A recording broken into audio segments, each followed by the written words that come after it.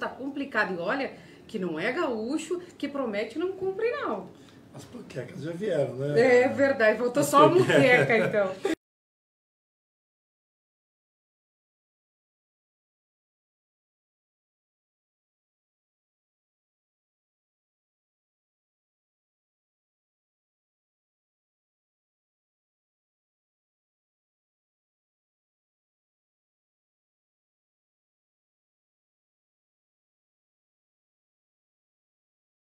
Quando a gente diz uma coisa não muito agradável, eu vou dizer que ele é uma pessoa bem aguerrida e ao mesmo tempo eficaz e eficiente. Deputado Pancera, o senhor foi ministro da Ciência e da Tecnologia, eu costumo dizer que foi o melhor ministro da Ciência e Tecnologia que o Brasil já teve. Quando a gente olha aí para os governos do presidente Lula, da presidenta Dilma Rousseff, olha para esse desgoverno, vamos dizer assim, de Michel Temer, a gente leva um baita susto. Primeiro, queria que o senhor é professor, queria que o senhor explicasse didaticamente para todas e todos nós o que é a ciência e a tecnologia, que papel que ela tem no nosso dia a dia, deputado Pancera. Por exemplo, existe um exemplo muito clássico citado pela Mariana Mazzucato, que é uma economista contemporânea da Itália, que ela fala o seguinte: o Jobs teve uma grande inteligência com o iPhone. Ele pegou 3 tecnologias financiadas pelo governo americano e transformou num produto. Pegou tela sensível, pegou GPS e pegou internet e criou o iPhone. A ciência é isso, é você ter diversos produtos, diversas descobertas e inovar, colocar elas no mesmo lugar e produzir um produto que gere emprego, renda, agregue valor para a economia. A nossa soja, por exemplo, é a mais competitiva do mundo, a soja brasileira. Por quê? Porque pesquisadores brasileiros descobriram formas de tratar o solo, colocando menos adubo, mas fazendo com que a terra produzisse mais. E outros cientistas brasileiros, através da Embrapa, foram fazendo misturas de sementes e melhorando a qualidade da semente. E essas sementes ficaram mais resistentes, por exemplo, aos ataques de ervas, né, à falta de água, ao excesso de sol, que isso tem alguns anos, tem mais água, menos sol, né, enfim. E hoje em dia a soja brasileira é uma das sojas mais competitivas do mundo. O nosso rebanho de aves, de porcos e gado bovino são também os mais competitivos do mundo. Isso tudo é ciência, melhorando a produção, tornando a carne mais macia, com mais gordura ou com menos gordura, dependendo do tipo de aplicação, o gado bovino para leite ou para abate, né? Tudo isso é ciência, vai melhorando a vida das pessoas e as pessoas não percebem. Ana, quando eu fiz a 5ª série do antigo ginásio, faz tempo, né? Eu lembro que na aula de geografia nós estudamos que a perspectiva de um brasileiro era de 58 anos de vida.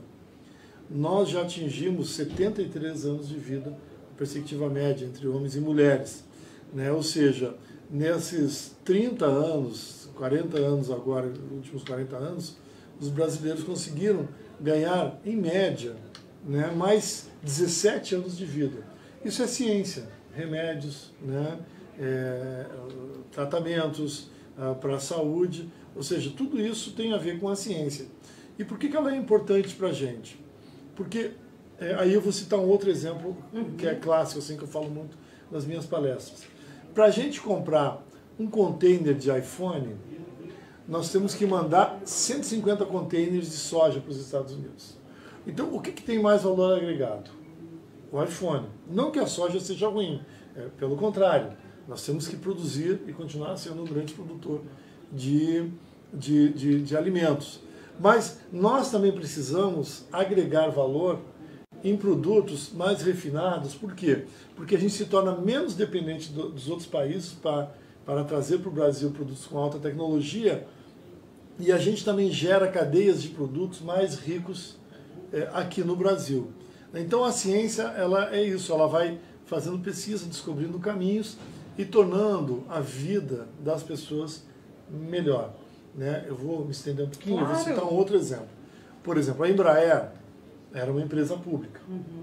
A Embraer levou quase 50 anos de investimento dos governos, diversos governos brasileiros, para se transformar numa grande empresa de aviões. Hoje é a quarta ou quinta mais importante empresa do mundo. Tem a ver com a inteligência brasileira, né? Engenheiros bem preparados, técnicos bem preparados, e a gente faz aviões hoje que compete com qualquer avião de qualquer país do mundo. Lá em Itaguaí, no Rio de Janeiro, tem uma iniciativa do governo do Lula, que foi continuado pelo governo da presidente Dilma, que é a fábrica de submarinos. Vai fabricar 4 submarinos, está fabricando 4 submarinos a diesel, e depois vai fabricar submarino nuclear.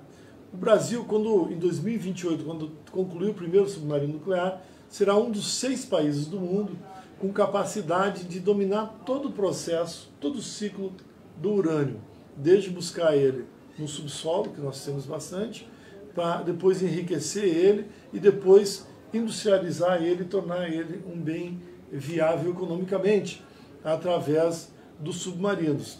Aquela cadeia produtiva ali dos submarinos em Itaguaí, daqui a 40, 50 anos, 30 anos talvez, será tão forte quanto é hoje em São José dos Campos, a cadeia produtiva da Embraer. Né? Pancera, desculpa te interromper, mas as pessoas podem dizer assim, tá, mas para que eu quero, diante dessa crise que o Brasil está, essa construção de submarino, mas o que é o urânio na minha vida, no dia a dia, Pancera? Então, é isso que agora eu quero dizer para vocês. Então, não só gera os empregos para construir os submarinos, como para você chegar àquele urânio enriquecido, àquela turbina movida a energia nuclear, são décadas de pesquisa. Há 30 anos pesquisando isso. Qual é a diferença do governo Lula para os outros governos? É que ele deu dinheiro para transformar aquela pesquisa em produto. Quando você transforma isso em produto, você gera emprego, porque você vai ter que produzir aquele produto. Né? Então você vai produzir aço, um aço mais refinado, vai ter que fazer um aço, arredondar aquele aço para encapsular ali dentro a turbina. A turbina tem uma série de equipamentos, chips, né, pequenos detalhes que serão fabricados por brasileiros, também produzidos por brasileiros. O enriquecimento do urânio, né, para transformar o urânio daquele pozinho amarelo em uma pastilha pequenininha que vai movimentar esses submarinos, exigiu um conjunto de estudos, né? E aí você tem lá em Aramar, em São Paulo, a fábrica das cascatas de urânio, porque então isso tudo é emprego. E emprego com qualificação melhor e com salários melhores. Depois o Brasil vai passar a vender, como vende aviões, passará a vender submarinos para o mundo todo. Né? Então aquilo ali vai gerar o quê? Milhares e milhares de bons empregos. Qual é o problema da crise do Rio? Quando o preço do petróleo caiu lá embaixo, saiu de 100 para 28, 26 dólares o barril, quebrou a cadeia produtiva do petróleo do Brasil. Por quê? Porque o petróleo é um produto natural, uma riqueza natural, é chamado commodity. Um produto como uma turbina nuclear, ela já não é uma commodity, ela é um produto fabricado pela inteligência humana, pela ciência, né, pela tecnologia e a capacidade de inovação das pessoas. Esse produto dificilmente ele vai cair de 100 para 20. Pelo contrário, a tendência sempre é subir, porque ele vai cada vez mais agregar mais tecnologia. Né? Então, você estabiliza a cadeia econômica produtiva das indústrias e dos empregos num patamar de salário mais elevado e você tem menos essas crises que o Brasil sofre eventualmente, que derrubam a nossa economia. Quando pega uma crise econômica com um governo ruim que nem o do Temer, você soma 2 conjunções de fatores negativos e tem a chamada tempestade perfeita. O desemprego, né, fica grande, as pessoas perdem o emprego, tem que sair fazendo biscate por aí, né, e as famílias passam fome. E aí você tem mais dificuldade para sair disso. Então, se o Brasil aplicar bastante recursos na ciência e produzir produtos mais caros, né, o Brasil vai ter uma economia mais estável. E o único presidente que teve essa percepção foi um operário. Ana, quando eu faço minhas palestras no Brasil afora, aí eu vou colocando as leis que mudaram a ciência brasileira e a educação brasileira. Todas elas são depois de 2004. Todas as grandes leis que mudaram a ciência brasileira e transformaram o Brasil num potencial de futuro muito grande para a ciência, para a humanidade como um todo, todas as leis são a partir de 2004. Uma grande coincidência. E a última foi sancionada, sabe quanto? Janeiro de 2016, quando a Dilma ainda era presidente. De lá para cá, nós não produzimos mais nenhuma grande legislação que pense no futuro. Só reforma. E as taxas de reforma são para quê? Para tirar coisa que nós já temos, para piorar. Reforma trabalhista, reforma da Previdência, reforma da lei do petróleo. Tudo coisa que nós avançamos para leis inéditas que melhoraram a vida dos brasileiros e os reformistas do Temer estão destruindo. Né? A gente vai pedir aí nessa manhã para você ir clicando lá em compartilhar, copiar o link e vamos espalhar o nosso programa ao mesmo tempo que vamos dialogando aqui. Vou pedir ao Gabriel, estou sem retorno aqui no nosso monitor, Gabriel, não estou conseguindo visualizar. A gente também está com uma outra transmissão ao vivo nessa manhã. Eu pedi para o Gabriel dar uma olhadinha, ver se a nossa transmissão lá, como que ela anda. E outro fator importante, Pancera, nessa cadeia da ciência e da tecnologia é o próprio pesquisador. Porque antes de nós termos a descoberta, nós temos o pesquisador. E esse desgoverno aí do Temer causou um problema muito grave no CNPq e com os pesquisadores e pesquisadoras do Brasil. Isso é gravíssimo, né? Por quê? Por exemplo, o último edital universal de bolsa do CNPq foi lançado pela presidente Dilma, em 2015. Depois não teve mais nenhum edital para novas bolsas do CNPq. O Ciência Sem Fronteira acabaram, não existe mais. Simplesmente eu queria te perguntar, não tem mais ninguém no Ciência Sem Fronteira. Como acabou. Professor e como ex-ministro, qual a importância dos nossos jovens participarem de programas como este, o Ciência Sem Fronteira? Então, o CNPq é que paga as bolsas dos pesquisadores. Sim. Então, você fez a graduação, quer fazer uma pós-graduação, um mestrado, um doutorado, se escreve seu projeto, né? No edital do CNPq, o CNPq seleciona. Se você é selecionado, você vai ter um valor durante 3, 4 anos, um valor por mês para desenvolver o seu projeto em alguma universidade. E vai se dedicar a estudar, a melhorar o seu conhecimento, a sua proficiência. Por isso que o CNPq é tão importante. Né? O Ciência Sem Fronteira era, vamos dizer assim, uma sofisticação ainda mais desse processo. Né? É você mandar jovens, ou não necessariamente jovens, mas em grande maioria eram jovens. Eu viajei com o presidente Dilma em alguns lugares do mundo e encontrei esses estudantes para estudar em outros países e conhecer outras culturas e ter contato com outros conhecimentos, né? Outras formas de encarar a matemática, a filosofia, a engenharia, a física, a química. E esses estudantes vão retornando ao Brasil, trouxeram esse conhecimento que adquiriram nos Estados Unidos, na Europa, na Finlândia, na Suécia, na Rússia, né? Então, voltaram com uma carga de conhecimento muito forte, que com o passar das décadas vão se refletir na produção de novos produtos, de novos estudos, de novos conhecimentos no Brasil. Ao interromper esse processo, era muito caro. Era caro, mas é importante se investir, não existe ciência barata. Não existe desenvolvimento barato. Né? Ao interromper isso, você quebrou uma sequência de anos em que o Brasil estava enviando. Nós enviamos 100 mil estudantes para fora do Brasil.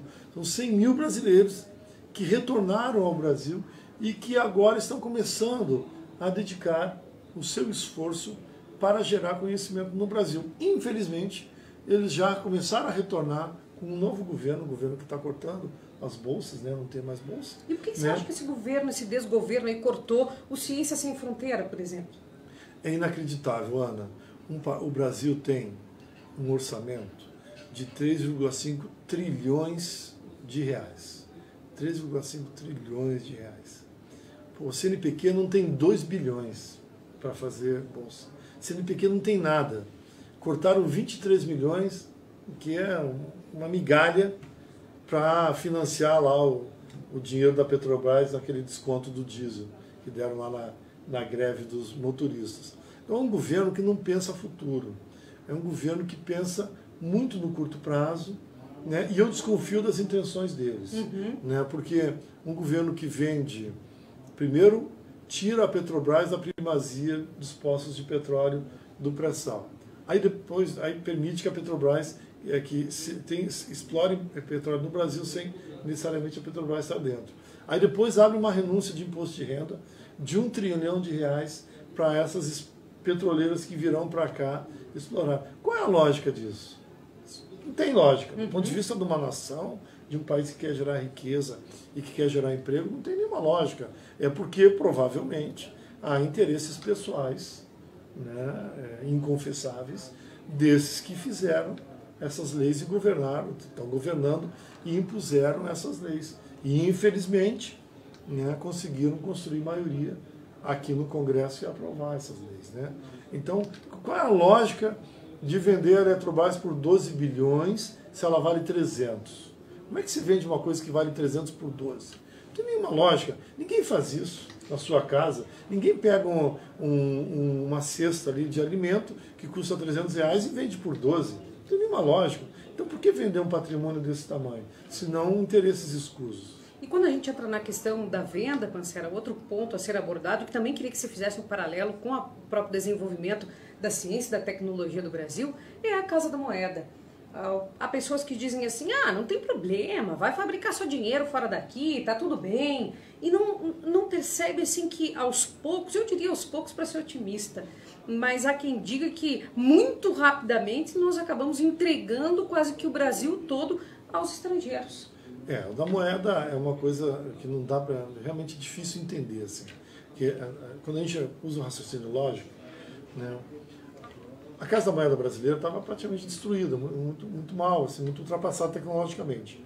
O Lula fez um investimento, eu adoro o Lula, não tem jeito, sempre falo dele, mas é verdade. Fez um investimento, transformou a Casa da Moeda numa das mais modernas do mundo. E nós começamos a rodar não só o nosso real, nosso dinheiro, como vender para outras, rodar para a Venezuela, para a Argentina, para países da África. A gente começou a ganhar dinheiro rodando a moeda dos outros países e gerando emprego aqui no Brasil e deixando riqueza aqui no Brasil. Agora, o que aconteceu? O governo inverteu, está deixando a nossa Casa da Moeda parada, aí rodou em 2016 moeda na Alemanha, papel moeda na Alemanha, a nossa Casa da Moeda aqui parada, e agora, nesse ano de 2018, abriu um edital internacional para rodar moeda, cunhar moeda, né, essas moedinhas de metal, no exterior. Aí, o mais assim irônico nessa história é que 5 países se inscreveram para participar da licitação. Né? Canadá, a Índia, a Finlândia, a Suécia e a Polônia. Aí tu imagina, desses 5 países, 4 são empresas estatais.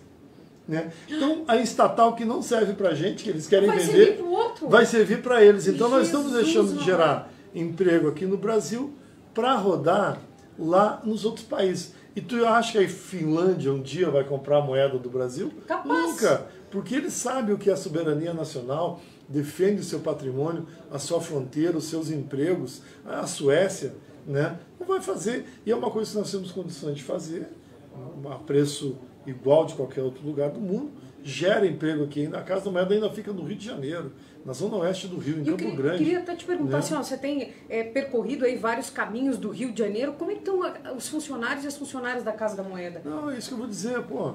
Como é que pode? O governo diz que está combatendo a violência lá. A violência é fruto do descalabro social que nós estamos vivendo, em boa medida.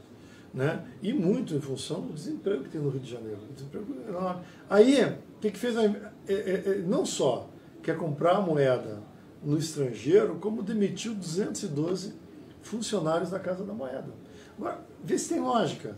Ele vai rodar moeda num outro país, que vai gerar emprego no outro país, vai deixar o lucro no outro país, e aqui no Brasil, que nós temos capacidade técnica igual ou melhor que a desses outros países, o governo demite 212 servidores da Casa da Moeda. Não tem lógica, é um governo realmente que não pensa nos brasileiros, é um governo que não tem nenhum amor pelos brasileiros, porque se tivesse, não faria isso. Né?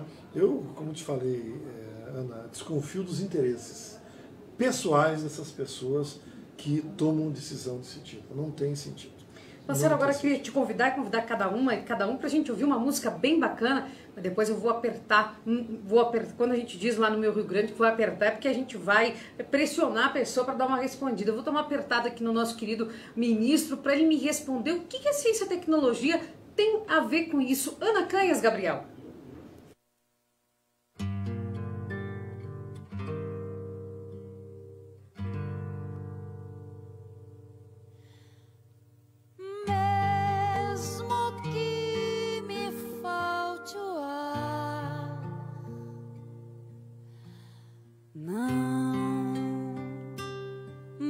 Calarei,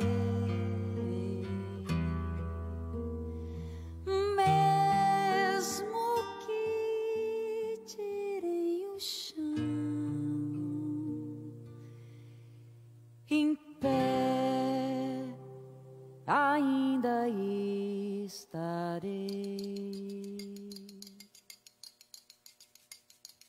A luta é coração que sangra, bate forte a esperança de um povo que quer o seu direito, todo respeito, e eu só lhe tenho amor. Podem me julgar além da lei, podem me prender, eu andarei. Podem inventar o que nem sei, podem me matar, eu viverei. Eu viverei.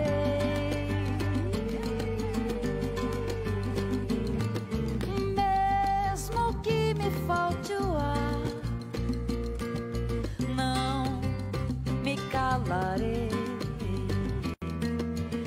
Mesmo que tirem o chão, em pé ainda estarei. A luta é coração que sangra, bate forte a esperança de um povo que quer o seu direito, todo respeito, e eu só lhe tenho amor. Podem me julgar além da lei, podem me prender, eu andarei. Podem inventar o que nem sei, podem me matar, eu viverei. Eu viverei.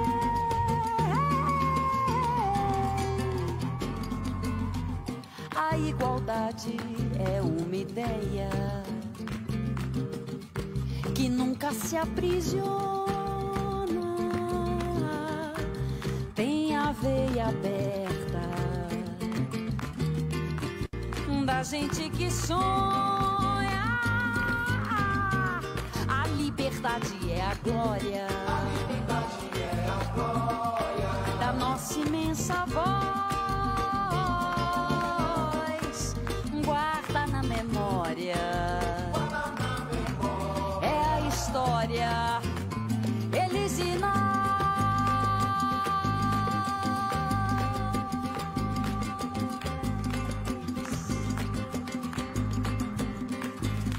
Mesmo que me falte o ar, não me calarei.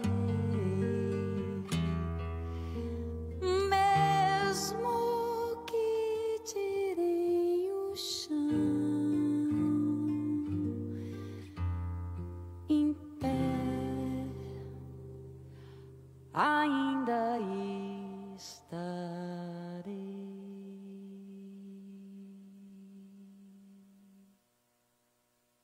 Pois é, mesmo que me falte o pé, eu ainda andarei. Mesmo que me falte a voz, eu ainda falarei. E não me matarão. Pancera, vamos ver o que isso tem a ver com a ciência e com a tecnologia, Pancera?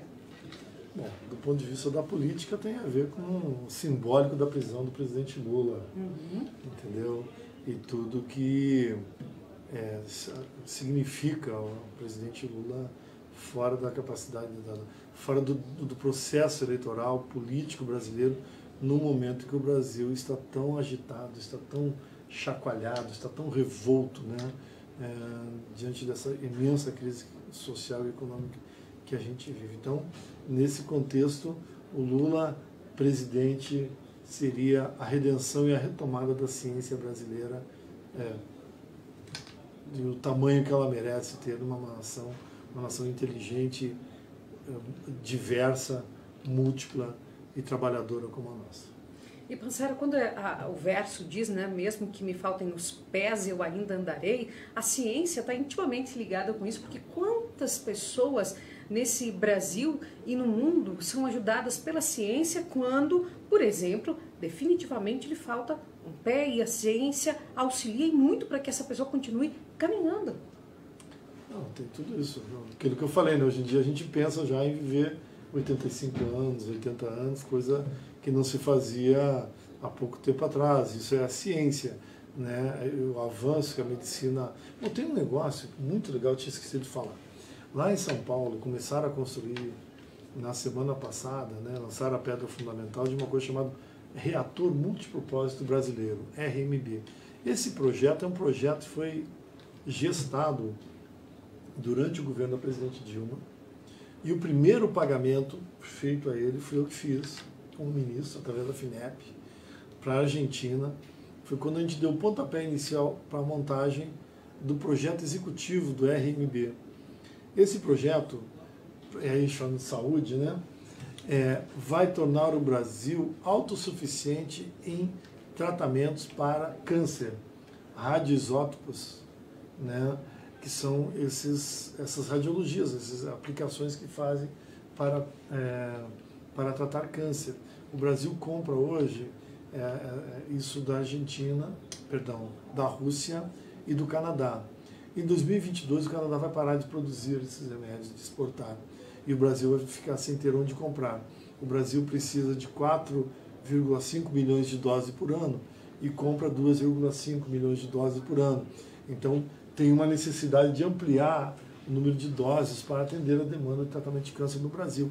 E a Dilma, presidente, foi que bateu o pé e disse: não, vamos construir esse reator no Brasil e vão tornar o Brasil autossuficiente em tratamento de câncer. Então vejam vocês como é importante uma decisão de um presidente que compreende a ciência, né? Ele falou: não, por que a gente vai continuar comprando isso do exterior? Vamos aproveitar isso, né, esse momento. Nós temos tecnologia aqui para enriquecer o urânio. Temos o urânio, vamos também fazer o reator e vamos passar a produzir remédios para tratamento de câncer aqui no Brasil e deixar de comprar no exterior e produzir a quantidade suficiente para o SUS, que o SUS precisa. E vai se tornar mais barato para a gente do que comprar lá fora. Então, isso que é um governo que toma decisão de longo prazo, né? Decisões estratégicas, que pensam o futuro da nação. Eu gosto tanto quando tu falas que a ciência não é gasto, é investimento. Ciência não é gasto, é investimento. Tudo que a gente gasta ali, R$1 que vai ali, retorna 3, 4 depois, né? Sempre. Né? E muitas vezes você faz um projeto e chega à conclusão que aquilo ali não vai, naquele momento não tem nenhuma aplicação. Aí, alguns anos depois, alguém olha para aquilo e fala: poxa, agora que você vai agregar essa descoberta com essa aqui, e nós teremos, né, um outro produto. Né? Foi assim com os nossos aviões, e está sendo assim com os nossos submarinos nucleares, que estão começando a construir. São tudo descobertas, vão fazendo ao longo de décadas, acumulando isso aí vem um outro pesquisador e olha, e diz: isso aqui pode ser aplicado da seguinte forma. Por exemplo, essa questão da turbina do submarino nuclear é outro projeto que a gente começou a gestar no meu tempo do Ministério. Ela pode, claro que os golpistas pararam, mas no futuro a gente retoma isso, no futuro governo do Lula. Ela pode gerar, uma turbina dessas, ela pode gerar energia elétrica para comunidades de 20, 30 mil pessoas, e o calor que ela gera é dessalinizar água. Olha, veja você. Então, aí teve um pesquisador lá da Federal do Rio de Janeiro, se não me engano, até conheço, mas ele é da UF da UFRJ, que pegou essa ideia e construiu um projeto, veja você, para colocar no semiárido nordestino, porque lá tem água, mas a água é salobra, né? Puxa a água do subsolo, do semiárido nordestino, que é salobra. Você gera energia com energia nuclear para movimentar, iluminar aquela cidade, e o calor que isso gera para produzir essa energia, dessalinizar a água, e a água servir para os animais e seres humanos. Né? Então, ou seja, a pesquisa era outra, não tinha nada a ver com o submarino, aí virou submarino, e agora está virando uma possibilidade da gente começar a produzir um produto que vai tornar a água limpa ao tempo que gera energia. Imagina o mercado que isso tem lá na África, que tem aqueles desertos imensos, né, aquelas pradarias imensas com água que não é potável. Imagina isso, uma tecnologia desse tipo na China, aqueles imensos territórios dos chineses lá. E é um produto que foi gerado com uma ideia e que depois veio um outro pesquisador, um outro cientista, e derivou essa ideia para uma outra saída e que pode gerar milhares de empregos no Brasil e muita riqueza. Mas a nossa conversa, para mim, está agradabilíssima. Estou tendo uma aula aqui da ciência e tecnologia do Brasil, e a gente vai ter que acabar o Democracia no Ar agora, Pancera, mas volta numa outra oportunidade para conversar contigo. O que você acha? Com certeza, sempre à disposição. É bom participar, Ana, do Democracia no Ar, nessa, vamos dizer assim, esse momento que a gente para o mundo, né, para conversar um pouquinho sobre alguns assuntos interessantes, e dizer a todos e todas que estão nos ouvindo que eu vou fazer um pouquinho da minha propaganda. Claro! Entra na minha página, no meu Facebook, no meu Instagram, e curtam lá meu Twitter, acompanhem a nossa produção de política, de projetos, de polêmicas, e quem não é do Rio de Janeiro, inclusive, saberá de mais coisas do Rio de Janeiro. Quem não é da Baixada Fluminense irá conhecer um pouquinho mais a Baixada Fluminense, a gente sempre fala muito da Baixada Fluminense, que é onde eu moro, né, e onde eu convivo. E também a gente fala lá não só de ciência e tecnologia, de política, mas também de samba, que é bem legal. A gente vive muito lá com o pessoal do samba, né? Tem muita história interessante lá para contar. E a gente vai, na próxima oportunidade, falar um pouco mais de ciência e tecnologia, e vai entrar num assunto bem legal também, que é o samba. Beijo grande no coração, a gente volta amanhã com Democracia no Ar, às 8 horas.